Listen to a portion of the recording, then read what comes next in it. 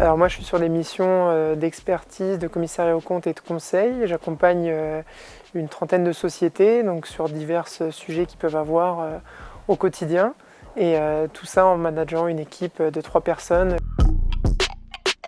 Le groupe Récis, c'est un groupe de 8 cabinets qui sont implantés principalement dans l'Essonne avec une volonté de proposer une offre de services globale pour nos différentes entreprises qu'on suit au quotidien.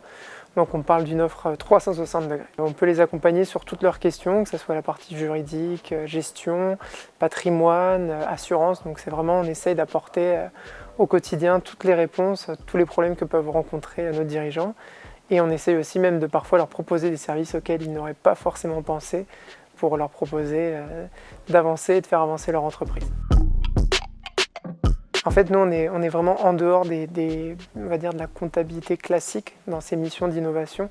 On est plutôt sur un projet et le projet est souvent déconnecté, on va dire, de la comptabilité du quotidien. C'est vraiment projeter des plans sur le futur, accompagner l'entreprise dans son développement et notamment dans tout ce qui va être recherche de financement, accompagnement à la levée de fonds. Et donc, c'est vraiment là-dessus où on apporte une expertise, des professionnels qui sont spécialisés là-dedans et qui vont pouvoir leur donner les clés pour elles pouvoir se concentrer sur leur projet et nous les accompagner à côté dans la partie développement financier et accompagnement. Donc l'e-sport, c'est peu connu encore, mais ça se développe.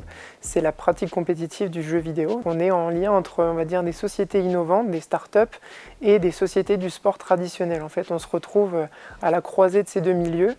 Et donc du coup, moi, ça me permet en fait de mettre en avant mes compétences en termes de suivi d'entreprises innovantes et d'accompagnement d'entreprises avec ce milieu qui est en plein développement. Donc en termes économiques, actuellement, l'e-sport, sur 2020, le marché il est évalué à 1 milliard de dollars de revenus générés autour de ce milieu-là et avec des taux de croissance de 9 à 10%. Et on estime qu'en 2021, le marché de l'e-sport représentera 1,5 milliard, ce qui équivaut aujourd'hui au marché du tennis. On imagine bien les croissances que vont avoir ce marché et notamment le relais de croissance que ce marché va avoir pour de nombreuses marques qui souhaitent toucher une population jeune à travers le monde. C'est pour ça que l'e-sport va autant se développer dans les années à venir parce qu'il touche un public qui a laissé de côté tout ce qui va être télévision, radio, des choses comme ça et ça va vraiment être un relais de croissance pour des marques.